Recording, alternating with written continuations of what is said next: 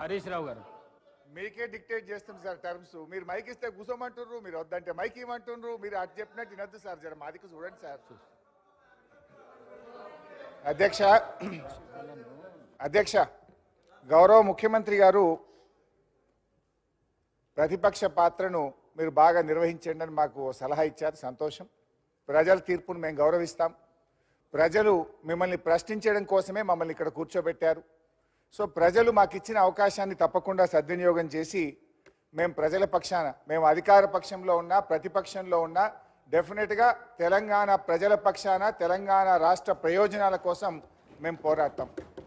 అయితే గౌరవ ముఖ్యమంత్రి గారు బయట మాట్లాడినప్పుడు మీరు ఎన్ని గంటలు మాట్లాడతారో మాట్లాడండి, మీ మైక్ కట్ చేయము, మీరు ఎంతసేపు మాట్లాడినా శాసనసభలో అవకాశం ఇస్తాము అని బయటనేమో చెప్తా ఉన్నారు. కానీ లోపలికి వస్తే మైకు రావడం కోసం అడిగి అడిగి మా గొంతులు మూగబోతున్నటువంటి పరిస్థితి ఉన్నది తప్ప మైక్ ఇచ్చే పరిస్థితి లేదు. సో దయచేసి మీతో కోరేది, గౌరవ ముఖ్యమంత్రి గారు చాలా విషయాలు సత్యదూరమైనటువంటి విషయాలు చెప్పారు. సభ హుందాతనాన్ని తగ్గించే విధంగా మాట్లాడారు. నేను ఆ విషయాలను రెక్టిఫై చేయాలి, సభ రికార్డ్స్ను దాన్ని కరెక్షన్ చేయడం కోసం నేను మాట్లాడే ప్రయత్నం చేస్తూ ఉన్నా. ఇకపోతే అధ్యక్ష, ముఖ్యమంత్రి గారికి కూడా నా సూచన ఏంటంటే, వారు మాట అన్నారు, నాకు ఇంత గొప్ప అవకాశం వచ్చింది చిన్న వయసులో. ఎస్, మీరు వ్యంగ్యం తగ్గించుకోండి, వ్యవహారం మీద దృష్టి పెట్టండి. మీ మాటల్లో వ్యంగ్యం ఎక్కువైంది, వ్యవహారం తక్కువైంది. ఇలా మీరు ఒక ముఖ్యమంత్రిగా ఈ రాష్ట్రాన్ని బాగు చేయడం కోసం చక్కగా మాట్లాడితే తప్పకుండా మేము సహకరించడానికి సిద్ధంగా ఉన్నాం. అయితే అధ్యక్ష, ఈరోజు మన రాష్ట్రానికి ఒక మంచి రోజు, చాలా గొప్ప దినం. ఒక రకంగా చెప్పాలంటే ఈరోజు కేంద్ర ప్రభుత్వం గౌరవ పివి నరసింహారావు గారికి భారతరత్న అవార్డు ఇవ్వడం ఇది మనందరికీ కూడా గర్వకారణం. అధ్యక్ష, నేను మీ ద్వారా ప్రభుత్వానికి ఒక చిన్న అప్పీల్ ఏంటంటే, ఇదే శాసనసభలో పివి నరసింహారావు గారికి భారతరత్న ఇవ్వాలని మనం ఏకగ్రీవ తీర్మానం చేసి పంపిస్తే, ఈరోజు కేంద్ర ప్రభుత్వం వారికి భారతరత్న ఇచ్చినందుకు ఈ సభలో ఏకగ్రీవ తీర్మానం చేసి మనము కేంద్ర ప్రభుత్వానికి కృతజ్ఞత చెప్పాలి. మన పివి గారి గౌరవాన్ని మనం పెంచుకోవాల్సిన అవసరం ఉంది. ఎందుకంటే మీరు పివి నరసింహారావు గారిని పట్టించుకోకపోయినా పివి ఘాట్ నిర్మించాం, అసెంబ్లీలో పివి చిత్రపటం పెట్టాం, పివి శత జయంతి వేడుకలను ఘనంగా జరిపాం, పివి గారి కూతురికి ఎమ్మెల్సీ ఇచ్చాం, పివి గారికి భారతరత్న ఇవ్వాలని నినదించాం. ఇవాళ అది నిజం కావడం ఇది యావత్ తెలంగాణ ప్రజలకు గర్వకారణం. మీరు బేషిజాలకు పోకుండా మీ కాంగ్రెస్ పార్టీ నాయకుడు పివి గారికి భారతరత్న వచ్చింది కనుక ఇవాళ పివి గారిని అభినందిస్తూ కేంద్ర ప్రభుత్వానికి ధన్యవాదాలు తెలియజేస్తూ ఈ సభలో బేషిజాలకు పోకుండా ఏకగ్రీవ తీర్మానం చేయాలని మీ ద్వారా సభానాయకుడిని కోరుతా ఉన్నాను అధ్యక్ష. ఇక రెండో విషయం అధ్యక్ష, గౌరవనీయులు ముఖ్యమంత్రి గారు నన్నెవరైనా ఎమ్మెల్యేలు గెలవడానికి వస్తే మీ పార్టీ నాయకత్వానికి నమ్మకం లేదు, వాళ్ళతోని మీరు ప్రెస్ మీట్లు పెట్టించారన్నారు. నమ్మకం లేని మా నాయకత్వానికి కాదు అధ్యక్ష, మీ అధిష్టానానికి నమ్మకం లేదు. మీరు ప్రధానమంత్రి గారిని కలవడానికి వెళ్తే మీ వెంట ఉప ముఖ్యమంత్రి గారు పంపించిన చరిత్ర మీ పార్టీది. అదొక్కసారి మీరు గుర్తుపెట్టుకుంటే మంచిది. నమ్మకం లేని మా అధిష్టానానిక మీ అధిష్టానానిక ఇలా రాష్ట్ర ప్రజలందరికీ కూడా తెలుసు. అధ్యక్ష, గౌరవనీయ ముఖ్యమంత్రి గారు ఇవాళ జీతభత్యాల గురించి 1వ తేదీనే జీతభత్యాలు ఇచ్చామని చెప్పారు. ఇది పూర్తిగా సత్యదూరమైనటువంటిది. నిన్న 7వ తారీఖు దాకా కూడా ఉద్యోగస్తులకు జీతాలు పడుతున్నాయి. ఇవాళ ఉదయం నా దగ్గరికి కాంట్రాక్ట్ లెక్చరర్లు వచ్చి, అన్నా 2 నెలలైంది జీతాలు రాలేదు, అసెంబ్లీలో మాట్లాడండి అని ఈరోజు ఉదయం కాంట్రాక్ట్ లెక్చరర్లు నా దగ్గరికి వచ్చారు. ఈ రాష్ట్రంలో 12,660 ఈజీఎస్ ఉద్యోగులకు ఇవాళకి జీతం బల్లే, వేలాది మంది ఐకేపీ ఉద్యోగులకు వివోఏలకు ఇవాళటి వరకు జీతం బల్లే, హాస్పిటళ్లలో అవుట్ సోర్సింగ్ ఉద్యోగులకు 2 నెలలుగా వేతనాలు లేనటువంటి పరిస్థితి, విద్యాశాఖలో సర్వశిక్ష అభియాన్లో ఇప్పటి వరకు ఉద్యోగస్తులకు జీతాలు రాని పరిస్థితి. నేను మిమ్మల్ని విమర్శించడం కోసం చెప్తలేను, 1వ తారీఖు ఇచ్చినమని సత్యదూరమైన విషయం సభలో చెప్పారు. కరెక్షన్ చేసుకోండి. మీరు 1వ తారీఖు ఇవ్వలేదు, 6, 7వ తారీఖు దాకా ఇచ్చారు. ఇంకా రానటువంటి వాళ్ళు కూడా చాలా మంది ఉద్యోగస్తులు ఈ రాష్ట్రంలో ఉన్నారు. వాళ్ళకు వెంటనే జీతాలు ఇవ్వండి అని మీ ద్వారా గౌరవ ముఖ్యమంత్రి గారిని కోరుతా ఉన్నా.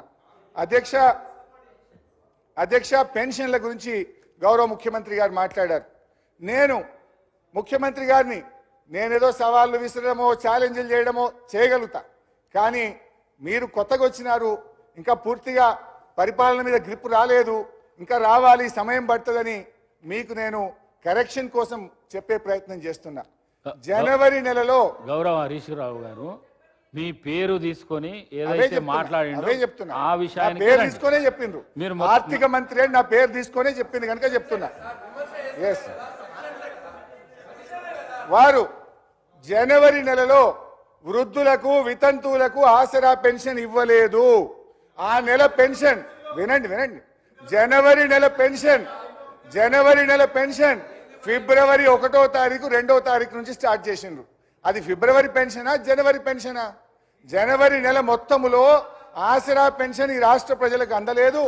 జనవరి నెలలో ఇవ్వాల్సింది ఫిబ్రవరి 1వ తారీఖు నుంచి స్టార్ట్ అయింది. మరి అట్లా అనుకుంటే ఈ ఫిబ్రవరిలో జనవరిది ఫిబ్రవరిది 2 కలిపి ఇస్తే అది కరెక్ట్ అవుతుంది. కానీ మీరు గొప్పగా ఏం చెప్తున్నారు, 1వ తారీఖే ఆసరా పెన్షన్ ఇచ్చినామని గొప్పగా చెప్పుకునే ప్రయత్నం చేసి పప్పులో కాలేసిండ్రు. అది ఫిబ్రవరి కాదు, జనవరి నెలలో ఎగ్గొట్టిందని ఫిబ్రవరి 1 స్టార్ట్ చేసిండ్రు. I request the CM to stand correction.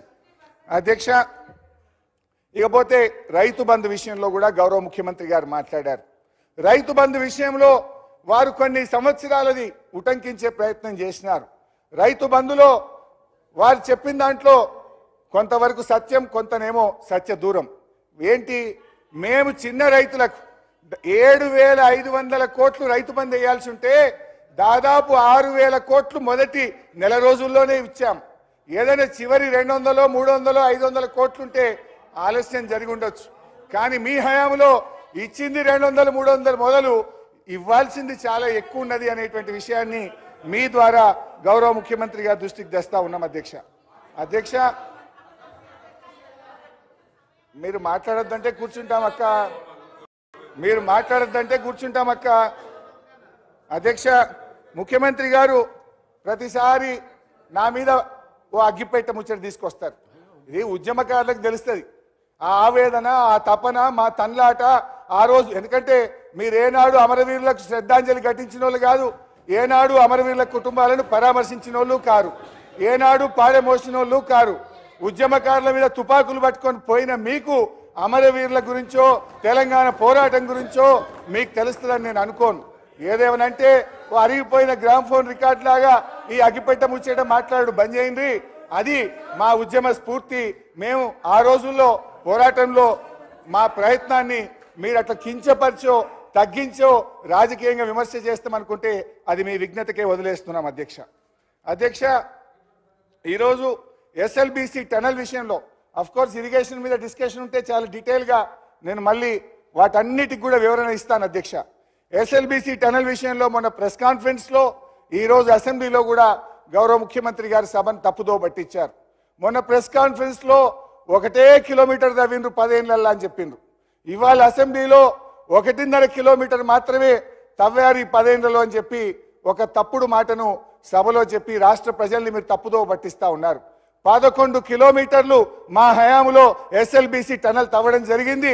దయచేసి ముఖ్యమంత్రి గారు దీన్ని కరెక్షన్ చేసుకోవాలి. ఇంకోసారి మాట్లాడేటప్పుడు డబుల్ చెక్ చేసుకొని మాట్లాడండి. అది మీ పొజిషన్కు, ఆ కుర్చీకి మీకు తగదు అని చెప్పి గౌరవ ముఖ్యమంత్రి గారికి మనవి చేస్తా ఉన్నాం. అధ్యక్ష, గౌరవ ముఖ్యమంత్రి గారు నాగార్జున సాగర్ డ్యామ్ గురించి కూడా మాట్లాడారు. నేను మీకు ఇచ్చే సూచన, విమర్శ చేయాలంటే నేను చాలా చేయగలుగుతా. కోర్స్ నా వల్ల నా మైక్ కట్ అవుతుంది. నేను మీకు ఇచ్చే సూచన, ఆ రోజు శ్రీశైలం ఆంధ్రప్రదేశ్ ప్రభుత్వ కంట్రోల్లో, నాగార్జున సాగర్ను తెలంగాణ ప్రభుత్వ కంట్రోల్లో ఇచ్చారు. కానీ ఈరోజు ఎన్నికలు జరిగే రోజు, పోలింగ్ రోజు ఆంధ్రప్రదేశ్ దుర్మార్గంగా వచ్చి ఆ రోజు పోలీసులు వచ్చి వాళ్ళు ఆధీనం చేసుకున్నారు. ఎలక్షన్ జరిగేటప్పుడు ఏముంటుంది, మనమందరం ఎలక్షన్ కమిషన్ పరిధిలో ఉంటాం. రాష్ట్ర ముఖ్యమంత్రి ఆపద్ధర్మ ముఖ్యమంత్రిగా ఉంటారు. అయితే నేను మిమ్మల్ని కోరేది ఏంటంటే, ఇవాళటికి 2 నెలలైనా సిఆర్పిఎఫ్ పోలీసుల భద్రతలో ఇలా నాగార్జున సాగర్ ఉన్నది. శ్రీశైలం మాత్రం ఈ రోజు కూడా ఆంధ్రప్రదేశ్ పోలీసుల హయాంలో ఉంది. మీరు వెంటనే నాగార్జున సాగర్ను మన రాష్ట్ర ఆధీనంలోకి తీసుకునే విధంగా మీరు కృషి చేయాలని చెప్పి నేను విజ్ఞప్తి చేస్తా ఉన్నా. ఎందుకంటే శ్రీశైలం ఈరోజు ఏపీ ప్రభుత్వంలో ఉన్నప్పుడు సాగర్ మన చేతుల్లో ఉండాలి. దానికి మీరు రమ్మంటే మీ వెంట అన్ని రకాలుగా రావడానికి, సహకరించడానికి మేము సిద్ధంగా ఉన్నామని మీ ద్వారా ముఖ్యమంత్రి గారికి తెలియజేస్తా ఉన్నాం. అధ్యక్ష, కేఆర్ఎంబి విషయంలో గౌరవ ముఖ్యమంత్రి గారు మళ్ళీ చాలా ఆరోపణలు చేసినారు. నాకు క్లారిఫికేషన్ సమయం లేదు కానీ ఇవాళ నేను అడిగేది ఒక్కటే, కేఆర్ఎంబిని అప్పచెప్పింది ఎవరు? మీరు కాదా? మినిట్స్ చదివి వినిపించమంటారా? 2 మినిట్లలో మీరు మీ ప్రభుత్వం వచ్చిన తర్వాత 17వ తేదీ 1వ తేదీ 2 మీటింగులు జరిగినాయి. 17వ తేదీ ఢిల్లీలో జరిగిన మీటింగ్లో, కేఆర్ఎంబి మీటింగ్లో చాలా స్పష్టంగా మీరు ఒప్పుకొని వచ్చారు. Both the states will hand over 15 prioritized component outlets of Nagarjuna Sagar project and Srisailam project to KRMB within 1 month time period. ఇది ఎందుకు ఒప్పుకొని వచ్చినారు? మరి మేము ఆ రోజు ఒప్పుకోలేదే. ఇది నా కథ కాదు, నేను చెప్తున్నది కాదు. ఇది కేంద్ర ప్రభుత్వం ఇష్యూ చేసినటువంటి మినిట్స్ నెల రోజుల్లోగా అప్పచెప్తామని మీరు చెప్పొచ్చినటువంటిది. రెండవది అధ్యక్ష, మళ్ళీ ఈ విషయం మీద మీరు తెల్లారి పత్రికల్లో వార్తలు వచ్చినాయి. అయ్యో మనకు విద్యుత్ ఎట్లా, మన రాష్ట్రానికి అన్యాయం, జగన్ విజయం సాధించిన పత్రికల్లో వస్తే నేను ఆ రోజు ప్రెస్ కాన్ఫరెన్స్ పెట్టి ఈ ప్రభుత్వాన్ని తట్టి లేపినాం. అయితే హరీష్ రావు గారు, లెట్ మీ కంప్లీట్. మొత్తం చెప్పినాక క్లారిఫై చేయమనండి. మొత్తం చెప్పినాక క్లారిఫై చేస్తే ఇంకా వాడికే మంచిగా ఉంటుంది. రెండవది సార్, ఒక్క నిమిషం, నేను విమర్శ చేస్తలేను.